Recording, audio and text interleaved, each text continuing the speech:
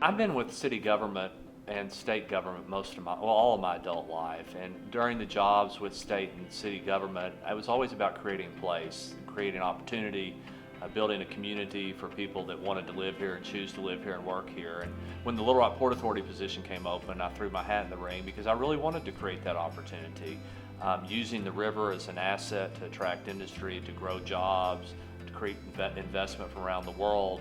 And it was very inspirational to me. And it was just kind of a change in what I was doing in my other jobs and trying to make Little Rock the best place it could be for people to live, work, and play here. And I had never really been involved with the river, but when I came out here for the port, it was about creating place, creating community, creating jobs, and that was very inspirational to me, and I've enjoyed it for the last 6 years.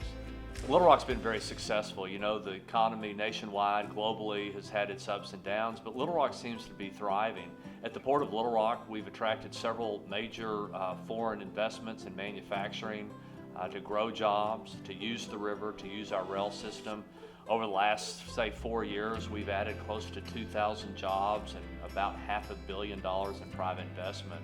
We know that the people that come to work at the port every day come from about 20 counties in central Arkansas, and we're seeing that number grow. We did a study a couple of years ago that showed that over the last 10 years, we had contributed about $5 billion to central Arkansas's economy.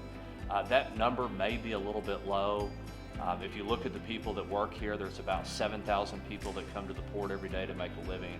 If you look at the impact that that has on their local communities that maybe isn't in central Arkansas, if you look at the private investment, you look at the state and federal investment in terms of grants and highways and waterways infrastructure, the impact is huge. One of the things that I tell people is the port's 60 years old.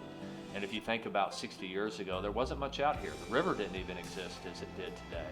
The airport didn't exist as it did today. The interstate system that you drive on wasn't here. But they had a vision to come out here and create this huge economic development engine. And in terms of industrial parks and ports, this one is one of the biggest contributors in Arkansas.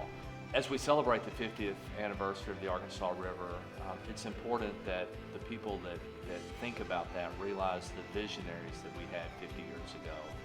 From Senator McClellan and Senator Kerr to local mayors and governors and county judges, and city councils and private investors, they came together to recognize what could this mean. Had the visionaries not come together 50 years ago and created this river, we would not see the positive impact that we have today on things like irrigation, flood control, hydropower, wildlife habitat, jobs, economics, transportation.